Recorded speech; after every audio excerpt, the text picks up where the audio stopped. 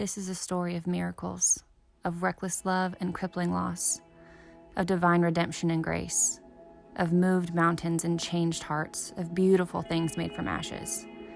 Aiden Battle and Graham Banner, loved, wanted, chosen by God to be intricately woven into our family. June 29th, 2017, was just a regular summer day. We had just gotten back from a trip and were jet lagged and trying to get settled back into our routine. That afternoon, I got a phone call asking if we could babysit for a few days. Scott and I were leaders at the local teen mom ministry, and it was totally normal for our family to have an extra kiddo to help out wherever we were needed. Like every time before, we said yes. That night, Aiden's parents dropped him off with us, just for a few days until they could find a place to live. We had never met Aiden or his parents before, but we were grateful for the opportunity to help for a few days and love on this little guy with a smile that lit up his whole face. 10 days later, we were happy for sweet baby Aiden as we dropped him off with his mom. They moved into a new place together. 2 weeks later, I got a phone call saying Aiden needed a safe place to land, and again, we said yes. Over the next 8 months, we would love and care for Aiden as he took his first steps, said his first words, through his first birthday and Thanksgiving and Christmas, while his mom worked her plan to get him back. On March 28, 2018, Aiden and his mom were reunited. The hardest thing I've ever had to do is pack up his whole little life and fit it into a box and leave Aiden knowing we may not ever see him again. Over the next couple of months, we tried to figure out how to be a whole family of 5 again. We all grieved in our own ways, but most days it felt like someone had cut off one of our arms. Though we had established what we thought was a good relationship with Aiden's mom, we're hopeful that it would continue after he was returned. It became pretty clear that that wasn't going to be the case. Texts went unanswered, and our caseworker couldn't give us any kind of update. 3 months went by, and on a trip to North Carolina, we were told that Aiden's baby brother had been born. I knew that Aiden had been through so much change over the last couple of months, and as the days went on, I felt the weight of yet another change for him. Driving across the country heading back home, I clearly remember a moment in the car with hot tears streaming down my face when I heard God say that either he would bring Aiden home to stay or I would never see him again. In that moment, all I wanted was to be at peace with either outcome because the weight of the grief I had been carrying was just too much for me to bear. A couple weeks later, I was at a work conference and got a voicemail in the middle of my session that literally brought me to my knees.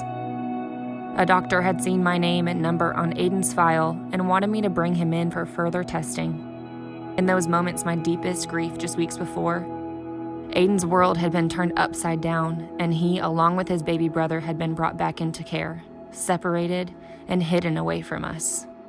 I immediately flew home, hired a lawyer, and got to work trying to find out what happened to our boy and his brother and bring them home. It would be almost 2 months of battling in court before the judge awarded us placement of Aiden, and a couple weeks later, Banner would join us, finally reuniting with his brother. While we were waiting for our hearing that would eventually bring the boys home, a friend sent me a sermon about Exodus 17 and the story of Moses and the Israelites fighting the battle with the Amalekites after a long, heavy season in the desert. I couldn't have known back then that it would perfectly illustrate the next year as we fought to bring the boys home, keep them safe, and eventually adopt them into our family. When the Lord came to Moses and told him that he would be the vessel that God would use to supernaturally free his chosen people from generational slavery and abuse, it was undeniable that God had been the one to miraculously set them free. When Moses then led them out into the desert, they had no food or water, but the Lord provided for them with manna every day, never too little, never more than they needed, so that they would continue to find their faith in the Lord and his continued provisions and promises. Then just as the Israelites think that their time in the desert is about to end, God tells them that they now have to fight a battle. Moses climbs up on a hill so that he can see the battle below him, and as long as he has his arms and his staff raised toward the heavens, his people are winning. But as Moses grows weary and lowers his arms, the Israelites are defeated. So Moses' friends Aaron and Hur take turns holding up his arms when he can't bear to lift them anymore, just as our friends and family have done for us over the last 2.5 years. In the end, the Israelites win and are finally free. Moses builds an altar that he names, "The Lord is my banner." God says in the very next verse that from this moment on, all generations will be changed. And that is the same promise that we are believing over these boys and their story that speaks of the goodness of God with every breath. We can look back and see through every single step, even with our eyes blurred with tears, putting one foot in front of the other, limping and wounded, that the Lord has intricately woven Aiden and Banner into our family. We have seen him leave the 99 to go after the one. We've witnessed miracles and mountains be moved that we were told were immovable. Extravagant beauty has been made from even the darkest ashes, and we know and believe that today, through the adoption of Aiden Battle Hensley and Grand Banner Hensley, that all generations will be changed for our good and for His glory.